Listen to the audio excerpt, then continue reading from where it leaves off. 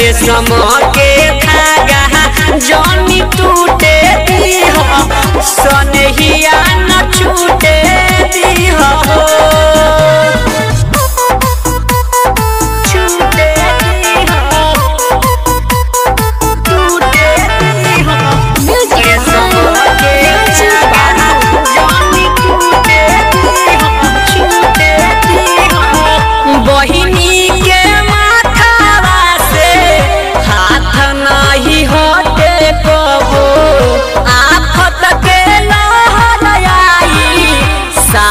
नहीं छोड़ी हो तबो साथ नहीं छोड़ी हो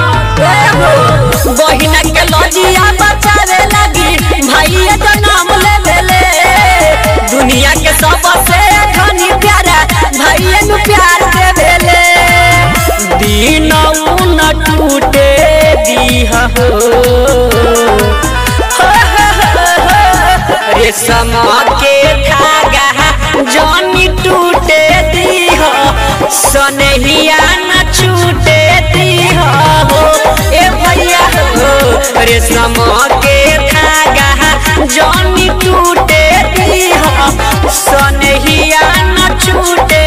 दीह हो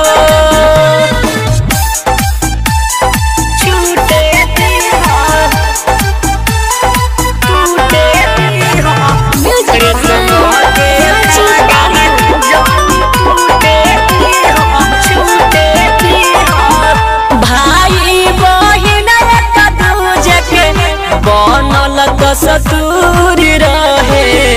राखी के बंधन ऐसन कबो ना दूरी रखे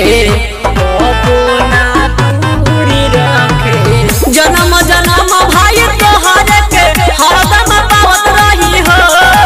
गौरव प्रकाश के राज हम गुनावा के गावत रही हो की समत न रूठे दीह हो रेशम के धागा जनी टूटे दीह सनहिया न छूटे दीह हो ए भैया हो रेशम के धागा जनी टूटे